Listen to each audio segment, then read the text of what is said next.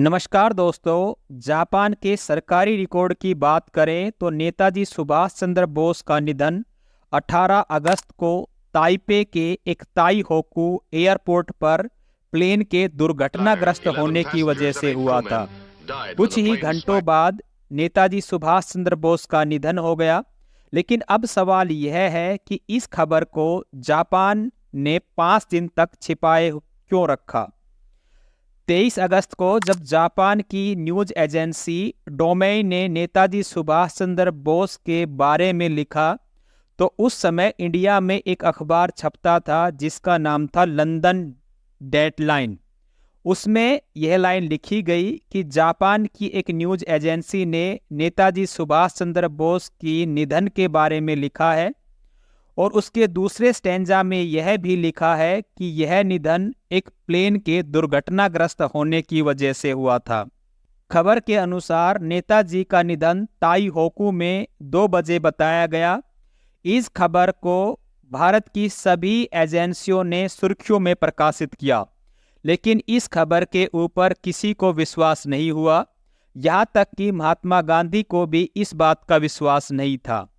लेकिन जब महात्मा गांधी की मुलाकात हबीबुर रहमान से हुई, उसके बाद महात्मा गांधी ने इस बात को सत्य मान लिया कि नेताजी सुभाष चंद्र बोस का निधन हो गया है। यदि हम बात करें हबीबुर रहमान की, तो ये INA इंडियन नेशनल आर्मी में एक सीनियर मोस्ट ऑफिसर थे। जब यह प्लेन ताई होकू में दुर्घटनाग्रस्त हुआ था तब हबीबुर रहमान और नेताजी सुभाष चंद्र बोस दोनों एक ही प्लेन में थे। लेकिन जब दुर्घटनाग्रस्त हुआ प्लेन तो उस समय नेताजी सुभाष चंद्र बोस गैसोलीन से पूरी तरह भीग गए थे। जब वो प्लेन के पिछले दरवाजे से बाहर निकलने लगे तो आग की लपेट में आ गए, जिसकी वजह से नेताजी सुभाष चंद्र बोस का निधन हो गया था।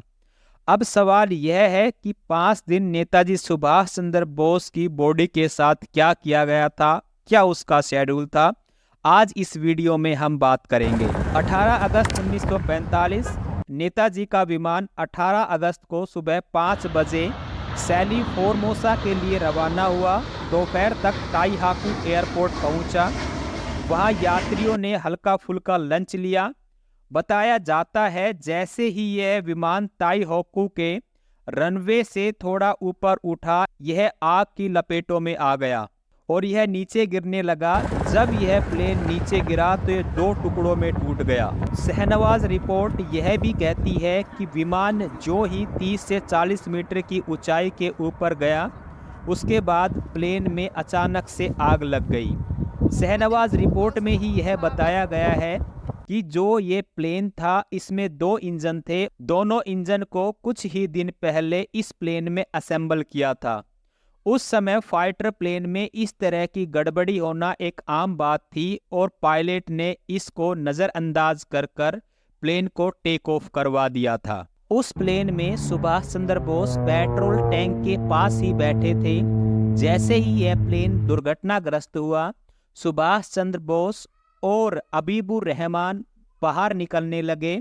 लेकिन जब वो बाहर निकलने लगे तो सुभाष चंद्र बोस पूरी तरह से गैसोलीन से भीग गए थे और वहां पर जो आग की लपटें थी उनकी चपेट में आकर सुभाष चंद्र बोस 3rd डिग्री तक बर्न हो गए थे, जिसकी वजह से उनकी हालत बहुत गंभीर हो गई।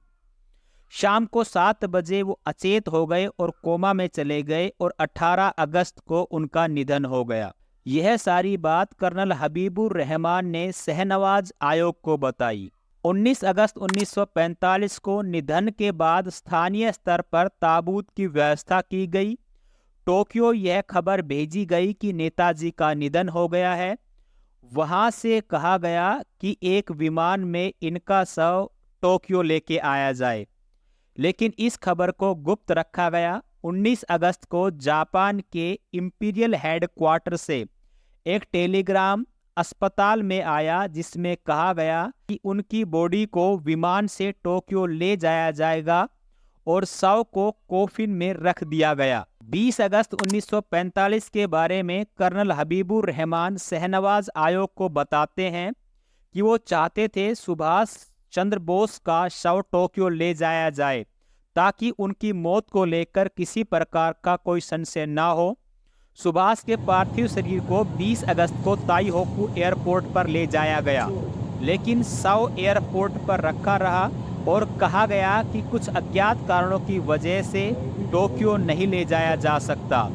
कर्नल हबीबुर रहमान ने आयोग को यह भी बताया कि टोक्यो से एक निर्देश आया जिसमें लिखा गया कि नेताजी सुभाष चंद्र बोस का अंतिम संस्कार स्थानीय स्तर पर कर दिया जाए। 20 अगस्त को ही मृत्यु प्रमाण पत्र बनाया जाए, जिसमें मृत्यु का कारण बुरी तरह से जलना और सदमा बताया गया। शाम तक ताइहोकू के अस्पताल में सेंट मंदिर में अंतिम संस्कार कर दिया गया। कर्नल हबीबुर रहमान ने कहा कि जापानी अधिकारी नहीं चाहते थे कि उस समय किसी को भी यह बताया जाए कि जिस आदमी का अंतिम संस्कार किया जा रहा है यह कौन था। 21 अगस्त 1945 जापानी सेना के एक मेजर नागामोतो ने शहनवाज जांच आयोग से कहा, 21 अगस्त की सुबह मैं 8 बजे अस्पताल पहुंचा ताकि भारतीय सैन्य अधिकारी को साथ ले सकूं।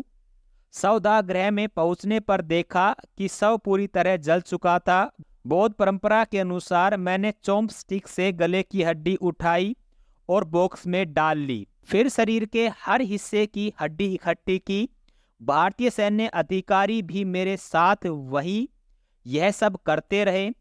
जब लकड़ी का वह छोटा सा बॉक्स भर गया तो मैंने इसे बंद करके सफेद कपड़े से कवर कर हम इसके बाद कार से होंगाजी मंदिर गए, जहां उस दिन खास सेरेमनी हुई और आयोग के सामने कर्नल हबीबुर रहमान ने भी यही बात कही। 22 अगस्त 1945 को नेताजी के निधन को लेकर टोक्यो में सैन्य उच्च अधिकारियों और सरकार के बीच मीटिंग हुई, जिसमें यह विचार किया गया कि नेताजी के निधन की खबर किस तरह रिलीज की जाए।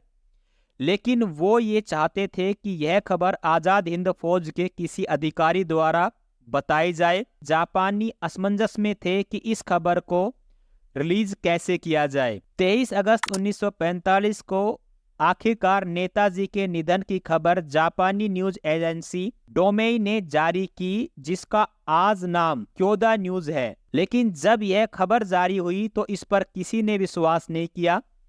ब्रिटिश सरकार और उसकी जासूसी एजेंसी का मानना था कि जापान सरकार ने बोस को चुपचाप निकल जाने का मौका दिया है और फिर यह खास खबर प्रसारित की गई है।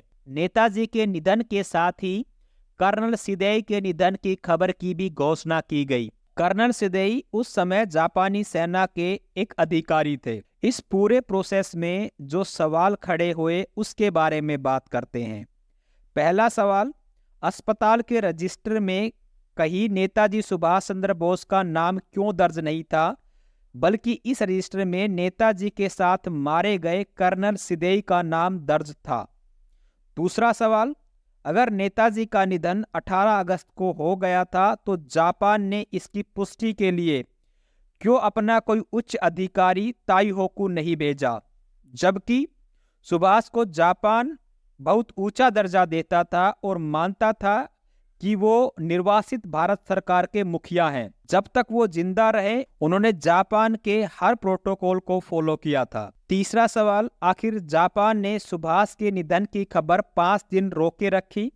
हालांकि जिस तरह सुभाष के निधन की बात सामने आई उस पर खुद जापान के मौजूद तमाम करीबियों ने भी इस पर विश्वास नहीं किया। सवाल नंबर 4, सुभाष के निधन की जांच करने वाले तीसरे जस्टिस मनोज मुखर्जी आयोग ने क्यों कहा कि एयरपोर्ट पर सुभाष चंद्र बोस के विमान के क्रैश की बात जापान द्वारा कही गई। वहां तो 7 अगस्त से लेकर अक्टूबर तक कोई भी विमान दुर्घटनाग्रस्त नहीं हुआ। मुखर्जी कमीशन ने यह भी पाया कि अंतिम संस्कार के रजिस्टर में 17 से 25 अगस्त तक सुभाष चंद्र बोस और लेफ्टिनेंट जनरल सईद का कहीं पर नाम ही नहीं था।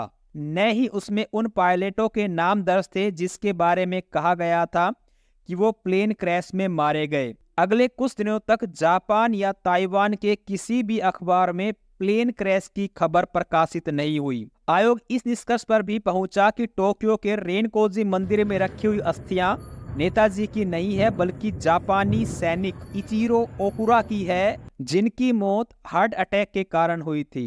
पांचवा सवाल, अगर वाकई ही सुभाष चंद्र बोस विमान में दुर्घटनाग्रस्त हुए थे तो उनके निधन को गुप्त रखने से जापान का क्या भला हो सकता था। अब तक इंडियन गवर्नमेंट 3 आयोग बना चुकी है जो सुभाष चंद्र बोस के निधन के बारे में पुख्ता जानकारी इकट्ठा करने वाले थे, परंतु 2 आयोग कहते हैं कि सुभाष चंद्र बोस का निधन उस प्लेन क्रैश में हो गया, जबकि एक आयोग मानता है कि उस प्लेन क्रैश की वजह से नेताजी सुभाष चंद्र बोस का निधन नहीं हुआ। आपको यह वीडियो कैसी लगी अपनी राय कमेंट बॉक्स में जरूर